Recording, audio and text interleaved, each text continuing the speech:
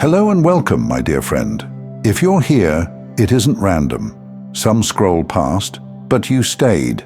That alone is a sign. This message has your name on it. Let's get real first. Sometimes life gets loud and you start to feel, well, not so great. But even in those moments, you matter more to your surroundings than you realize.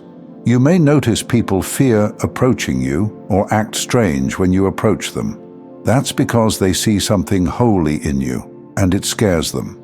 Not horror movie fear, but that quiet discomfort that comes when people can't explain what they're sensing. They're not used to someone who feels so real. It's rare. There's actually something simple happening under all that mystery. When someone carries calm confidence, it triggers people's self-awareness. Most of us aren't used to calm. We live in noise. So when someone walks in grounded and still, it exposes how restless we've become. That's why they fidget. That's why they talk too fast. It's not you, it's the mirror effect. You reflect them back to themselves, and that can be uncomfortable. You've probably seen this before. A friend goes quiet around you for no reason. Someone who was loud suddenly gets cautious. Even strangers act as if they need permission to speak. They can't exactly say what it is, but something about your energy feels unique.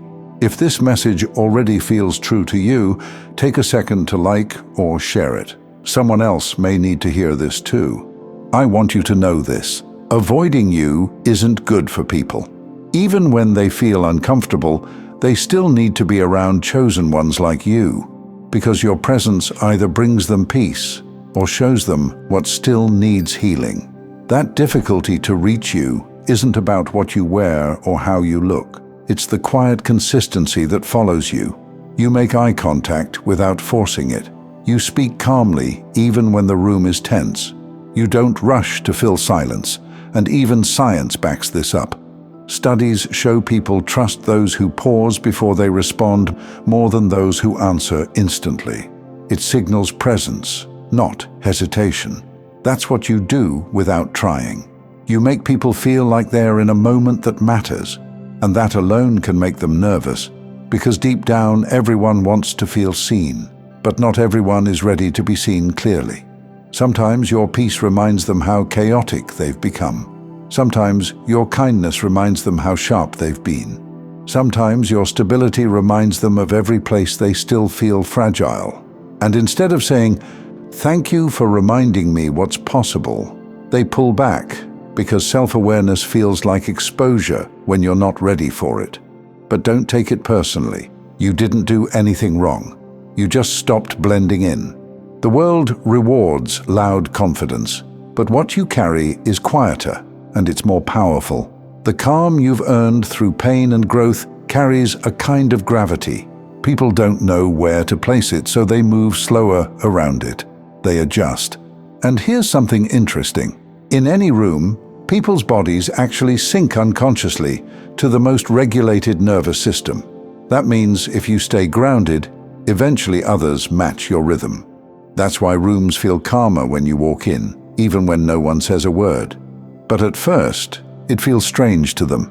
They don't know why they feel safe and exposed at the same time. So they glance, look away, overthink, and call it weird. What they're really saying is, "I can feel something here that doesn't pretend." And you don't have to explain that. You just keep being that. Simple, present, steady. Because here's the truth. You've spent years building the kind of peace that can't be faked. It wasn't gifted overnight. It came through nights you didn't think you'd survive, choices that cost you comfort, moments when you wanted to react but stayed calm instead. That's what people are sensing. They're not intimidated by your looks. They're overwhelmed by your depth. You're walking evidence that stillness is strength, and that makes noise nervous. So when someone pauses mid-sentence or seems unsure how to act around you, let it be. And the most powerful thing you can do is not shrink to make them comfortable. Keep speaking softly. Keep walking slowly. Keep being the calm in a world that forgot what calm feels like. Eventually, the ones who are meant to meet you where you are will stop overthinking it and step closer. Because deep down, they don't fear you. They fear what your presence might awaken in them. and that's the point. You've probably realized by now, this calm you carry doesn't make life easier. It makes it clearer. And clarity, while beautiful, can also be heavy. Because once you see things as they really are, you can't unsee them. You notice what others ignore. You pick up on tone shifts, silences, the subtle ways people reveal themselves without saying a word. And that sensitivity, it's not weakness. It's spiritual intelligence wrapped in awareness. But it comes with its price. People project their unhealed parts onto you. You make them feel safe enough to surface. That's why sometimes you end up holding more emotions than you intended to. You walk away from a conversation feeling drained, even though you barely spoke. It's not because you're fragile. It's because your presence acts like a soft light in a dark room. When people step into that light, what's hidden inside them starts to show. Some handle it with gratitude. Others panic, thinking the light caused what it only revealed. Think about a lake at dawn. When the water is still, you can see straight through it. But when you throw a stone, the ripples distort everything, even though the water itself hasn't changed. That's how your peace works. Your stillness gives people a clear reflection of themselves. But when they're full of noise, that reflection unsettles them. So they throw emotional stones. They gossip. They overreact. They create ripples to feel less exposed. And you, being who you are, often take it personally. You wonder if you did something wrong, but you didn't. You just gave them the kind of clarity they weren't ready for. You're not responsible for the ripples. You're responsible for keeping your water clear. And you and I both know that's harder than it sounds, because there will be moments when your peace feels like isolation, when your honesty costs you company, when your boundaries are mistaken for arrogance. And in those moments, the temptation will be to dull yourself down, to be relatable. But hear me clearly, you don't need to become smaller to stay kind. You can be gentle without being available to everyone. You can be understanding without being used as an emotional landfill.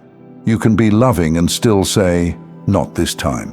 The calm you carry was not built to be shared with just anyone. It's a sacred space, not a public park. And that doesn't make you hard to love. It makes your love precise. You've learned that being peaceful doesn't mean being passive. It means knowing when to walk away without turning bitter. It means understanding that silence can be louder than arguments, and stillness can end storms faster than shouting. That's the quiet kind of authority people sense in you now. It's what makes even your smallest actions noticeable. It's why people pause when you speak. Not because you're trying to sound profound, but because you don't waste words. That restraint, that patience, that discipline, it's what separates where you are now from who you used to be. You're no longer trying to convince people that you're good. You're too focused on being good. And as you grow into that truth, something interesting begins to happen. The very people who once looked at you with confusion or jealousy will start to circle back. Some will come quietly, just to be near your peace again. They'll say, "I don't know why, but being around you feels different." They won't use spiritual words for it. They'll just describe it as comfort or safety or a good vibe. But you'll know what it is. It's resonance. They're responding to the same calm they once ran from. That's how transformation looks from the outside. People mistake it for distance until they realize it was depth. And that's also why God never let you lose your stillness, even in chaos. He wasn't teaching you to escape the noise. He was teaching you to not become it. Every trial, every misunderstanding, every lonely night was shaping this composure. He was training you not to react, but to respond, not to chase, but to attract, not to prove, but to embody. You are living proof that peace isn't found, it's formed. And the ones who sense it now, even if they can't name it, are witnessing the results of a long, quiet apprenticeship under God's hand. So don't despise the awkward glances, the hesitation, or the distance people show. They're just adjusting to the frequency you live on now.